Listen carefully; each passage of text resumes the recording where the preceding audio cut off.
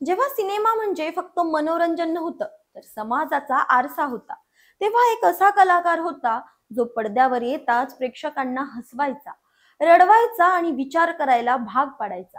त्याच्या कथांमध्ये रोमांस होता, स्ट्रगल होता आणि देशप्रेमाची एक वेगळीच धून होती. मी बोलतीये राज कपूरच्या श्री 420 या चित्रपटाबद्दल. 70 वर्षांपूर्वी 6 सप्टेंबर 1955 ला हा चित्रपट प्रदर्शित झाला. राज कपूर चित्रपटाच्या निमित्ताने लंडनहून मॉस्कोला गेले होते.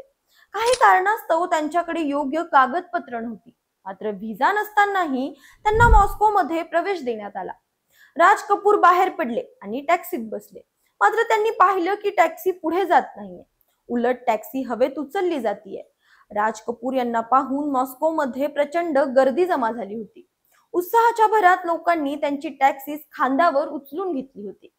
नमस्कार, मी अंजली आपलं स्वागत करते पोलखोल मध्ये. ऋषी कपूर यांनी सांगितलेला हा किस्सा थोडासा अविश्वसनीय वाटतो, मात्र या घटनेतून दिसून येतं की राज कपूर रशियामध्ये, तेव्हाच सोव्हिएत युनियन मध्ये किती प्रचंड लोकप्रिय होते. ही लोकप्रियता त्यांनी आवारा आणि श्री 420 सारख्या चित्रपटांमधून आणि कित्येक दशकांच्या कष्टानं कमावली होती. श्री 420 चित्रपटात गावातून शहरात आलेला राज कपूर पदवीधर असून देखील त्याला नोकरी मिळत नाही. त्यामुळे त्याला प्रामाणिकपणासाठी मिळालेलं मेडल तो रद्दीच्या दुकानात गहाण ठेवायला जातो. त्यावेळी तो म्हणतो, मला माझा प्रामाणिकपणा विकायचा आहे, प्रामाणिकपणासाठी मिळालेलं बक्षीस विकायचं आहे. या प्रामाणिकपणाची तुम्ही काय किंमत द्याल? 1955 मध्ये आलेला श्री 420 या चित्रपटात नैतिकतेबाबतच्या कोंडींची, दुविधेची कहाणी आहे. चित्रपटात राज कपूर आणि नर्गिस यांच्या प्रमुख भूमिका होत्या. एका बाजूला शिक्षित, नैतिक मूल्य असणारा बेरोजगार तरुण आहे, तर दुसऱ्या बाजूला शहरी झगमगाटातील गुन्हेगारी विश्व आहे. या दुसऱ्या मार्गाने श्रीमंत होणं सोपं आहे. आज भारतीय चित्रपट जगातील अनेक देशांमध्ये प्रेक्षकांच्या पसंतीस उतरत असल्याबद्दल, त्यांच्या ग्लोबल लोकप्रियतेबद्दल चर्चा होत असते. मात्र या लोकप्रियतेचे दरवाजे राज कपूर यांनी भारतीयांसाठी खुले केले होते.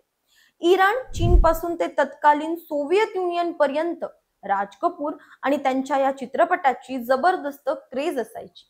राज कपूर यांच्या रशियातील लोकप्रियतेची नेहमी चर्चा होत असते. मात्र इस्रायल मध्ये देखील श्री 420 या चित्रपटाची गाणी हिट आहेत. तिथे अनेक जण तुम्हाला इचक दाना हे गाणं गाऊन दाखवतील. 2018 मध्ये इस्रायलचे पंतप्रधान बेंजामिन नेतन्याहू आणि त्यांची टीम भारतात आली होती. त्यावेळी बँडवर इचक दाना हे गाणं वाजत होतं.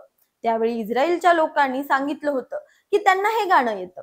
हा किस्सा माजी परराष्ट्र सचिव विजय गोखले यांनी स्वतः प्रसार माध्यमांना सांगितला होता. श्री 420 हा चित्रपट इतका लोकप्रिय झाला होता की इराणमध्ये देखील त्याचा प्रीमियर ठेवण्यात आला होता. तिथे सुटाबुटात असलेल्या राज कपूर यांना पाहून तिथल्या लोकांनी जोर जोरात ओरडायला सुरुवात केली होती. उझबेकिस्तान मध्ये हा चित्रपट आज देखील जनाब 420 या नावानं प्रसिद्ध आहे. श्री 420 या चित्रपटातील मुकेश यांनी गायलेलं फिर भी दिल है हिंदुस्तानी हे गाणं एक प्रकारचं नॅशनल अँथोमच झालं होतं. या गाण्यातून भारतावरील प्रेम दिसून येतं. मात्र श्री 420 चित्रपटात भारतातील सामाजिक, आर्थिक आणि नैतिक स्थितीवर प्रश्नही उपस्थित करण्यात आले आहेत. अंधराष्ट्रभक्तीतील ही विसंगती हेच या चित्रपटाचं सौंदर्य आहे. चित्रपटाच्या अनेक दृश्यांमधून राज कपूर राजकीय टिप्पणी किंवा व्यंग करतात. उदाहरणार्थ, चित्रपटाच्या सुरुवातीला राज कपूर समुद्र किनाऱ्यावर शीर्षासन करत असतात, तेव्हा एक हवालदार येऊन त्यांना ओरडू लागतो. त्यावर राज कपूर म्हणतात, हवालदार साहेब, खरी गोष्ट अशी आहे की या उलट्या जगाला सरळ पाहायचं असेल तर डोक्यावर उभं राहावं लागतं. तुम्हाला माहित आहे का हवालदार साहेब, मोठे मोठे नेते सकाळी उठून शीर्षासन करतात, तेव्हा कुठे त्यांना देशाला योग्य स्थितीत आणता येतं. श्री 420 पाहिल्यावर हा चित्रपट इतका हिट का झाला हे लक्षात येणं अवघड नाही. चार्ली चॅप्लिन सारख्या साध्या, सरळ, नवख्या व्यक्तीच्या रूपातील राज कपूर आणि त्यांच्या प्रेमात बुडालेल्या नर्गिस, आज देखील या दोघांना पावसात एक छत्रीखाली प्यार हुआ इकरार हुआ हे गाणं गाताना आपण पाहतो किंवा ऐकतो. मात्र श्री 420 हा चित्रपट फक्त पाऊस आणि रोमॅन्स एवढ्या पुरताच नाही, तो त्याच्याही पलीकडचं बरंच काही सांगतो.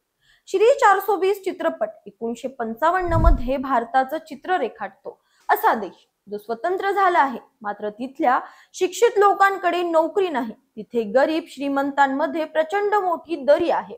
तरुणांना नोकरी रोजगाराच्या शोधात नाईलाजानं गावांमधून शहरांमध्ये जावं लागत आहे. चित्रपटाचा नायक असलेला राज देखील प्रामाणिकपणाच्या मार्गावर चालतो, मात्र त्याच्या हाती काहीही येत नाही. अशा परिस्थितीत राजला बेरोजगारी आणि गरिबी किंवा गुन्हेगारी आणि श्रीमंती यापैकी एकाची निवड करायची असते. तो गुन्हेगारीची निवड करतो. हे मायाच्या म्हणजेच अभिनेत्री नादिराच्या माध्यमातून होतं. मायाच्या लक्षात येतं की राजकडे पत्ते निवडण्याचं कौशल्य आहे. त्या कौशल्याचा वापर करून ती भरपूर कमाई करू शकते. मात्र तिच्या समोर आव्हान आहे विद्याचं, म्हणजेच नर्गिस यांचं. विद्याचं राजवर प्रेम आहे. या चित्रपटातील मुडमुडके न देख हे गाणं देखील खूप लोकप्रिय आहे. गीताचे शब्द प्रकाश योजना आणि सावल्यांच्या खेळातून राज कपूर यांच्या वैचारिक कोंडीला खूप क्रिएटिव्हपणे दाखवण्यात आलं आहे. या दृश्यात राज कपूर दिवाळीच्या रात्री सण साजरा करण्यासाठी नर्गिस यांना एका महागड्या हॉटेलमध्ये जेवणासाठी घेऊन जातात. साधारण शाळेत शिक्षिका असलेल्या नर्गिस यांच्या लक्षात ही बाब लगेच येते की राज कपूर यांनी हे पैसे चुकीच्या मार्गाने कमावले आहेत. त्या राज कपूर यांना सोडून हॉटेलातून जाऊ लागतात. तेव्हा राज मागे वळून विद्याला पाहत असतो. त्यावेळेस माया म्हणजेच नादिरा गाणं गाऊ लागतात. मुडमुडके ना देख मुडमुडके. गाण्याच्या या क्षणांमध्ये तुम्हाला दिसेल की राज कपूर दरवाजाच्या उंबरठ्यावर संभ्रमावस्थेत उभे आहेत आणि त्यांच्या सर्व बाजूला अंधार आहे.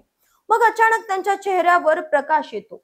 बॅकग्राऊंड मधून ते फोरग्राऊंड मध्ये येतात आणि त्यावेळेस त्यांच्या चेहऱ्यावर स्मित असतं.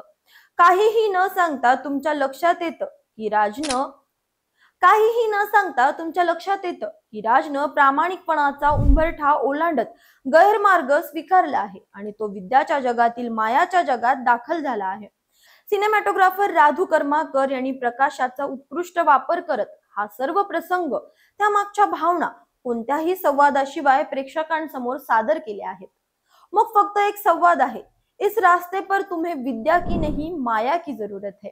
मुडमुडके न देख हे आशा भोसले यांच्या करिअरच्या सुरुवातीच्या काळातील हिट गाणं होतं.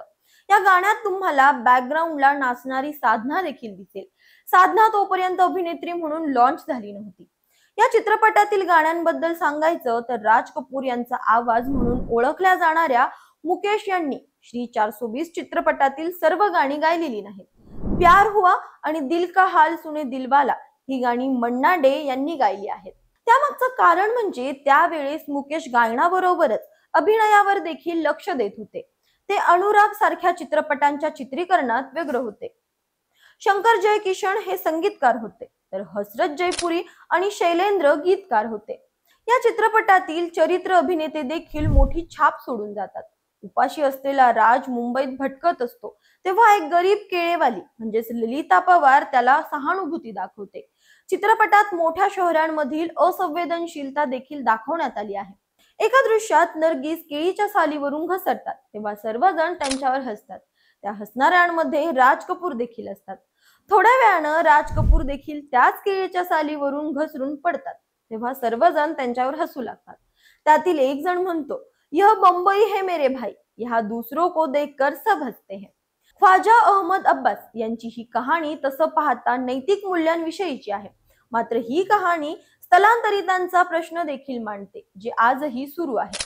चित्रपटाच्या शीर्षकातील श्री आणि 420 हे दोन्ही शब्द विसंगत वाटतात. बहुधा राज कपूर आणि ख्वाजा अहमद अब्बास यांना त्यातून सांगायचं असेल, अनेकदा धूर्त आणि फसवणूक असणारे लोक समाजातील प्रतिष्ठित व्यक्ती असण्याच्या आड दडलेले असतात. त्यामुळेच श्री आणि 420 हे दोन शब्द म्हणजे दोन रूपांना एकत्र करून एक तयार झालेला शब्द श्री 420. एक छोटीशी पण महत्वाची गोष्ट, या चित्रपटाच्या एंड क्रेडिट मध्ये आधी नर्गिस आणि नादिरा यांचं नाव येतं आणि मग राज कपूर यांचं नाव येतं. तुम्हाला काय वाटतं? तुम्ही पाहिलाय का हा चित्रपट? पाहिला असेल तर तुम्हाला कसा वाटला? तुमच्या प्रतिक्रिया कमेंट्स मध्ये नक्की सांगा. अशाच माहितीपूर्वक व्हिडिओसाठी आमच्या चॅनलला लाईक, सबस्क्राईब आणि शेअर करा.